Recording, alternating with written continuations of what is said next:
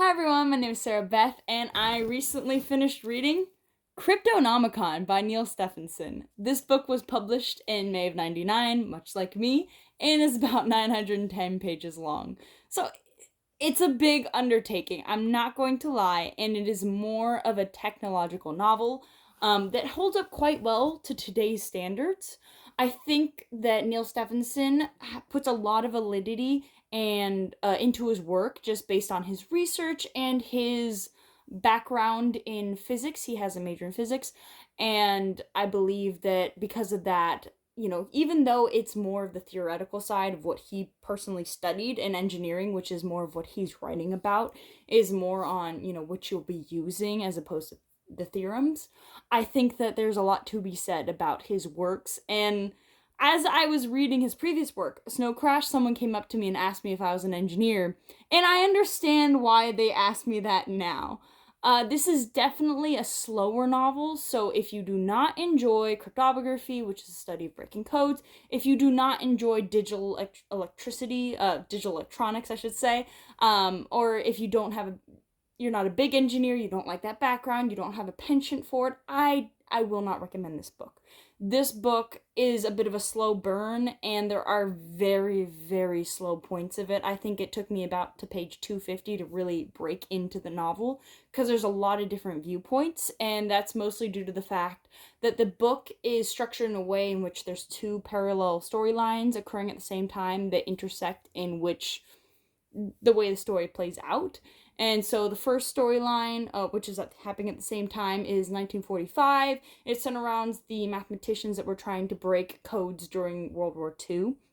And so you have Alan Turing and the beginnings of computers and cryptography, and then you have the modern day, which is in '99, where you have a group of entrepreneurs that are laying cable underseas to get internet connections across the Asia sector, Asiatic sector from. I believe they're based in the Philippines, so they're trying to triangulate that point.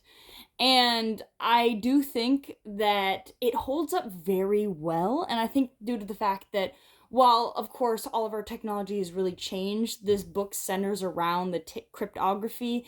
And I think the use that you can do coding wise of computers, because I don't think it's changed all that much. I think that there's much more knowledge. I do find it funny that at one point one of the main characters in the modern side, he was coding in C, and he's like, oh, I have to make it modern for C++. We still use C modern day all the time. But that was just the idea. Maybe Neal Stephenson this time just believed that was the way of the future, but no. I do think that it is still accessible for those who aren't working in digital electronics. I do think that if you are, there are certain parts of the novel that kind of feel a bit trite.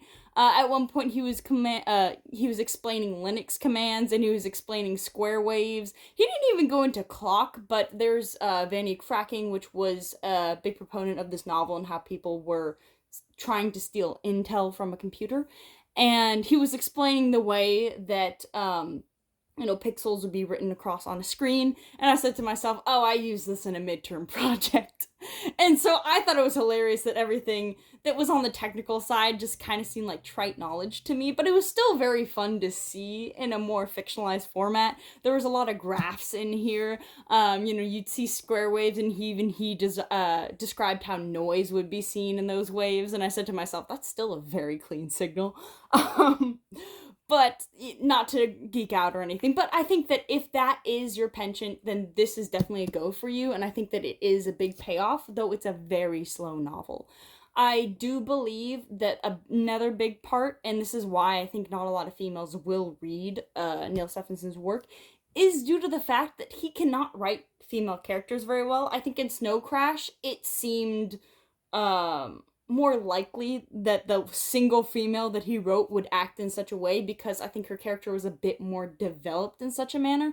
There's one female in this book, Amy Shafto. Her name's America Shafto, and she's not developed at all. We don't really get much time with her, and her actions are kind of just explained away as, oh, that's how women act, which, I'm sorry, I'm going to need a little more. It's very much shove it in a box, we're going to deal with that later, let's go back to the math. There's also a lot of mathematics, so I think if you're a big fan of that as well, you'll enjoy it. You'll see a lot of summations and, different algorithms that are used, which are quite fun.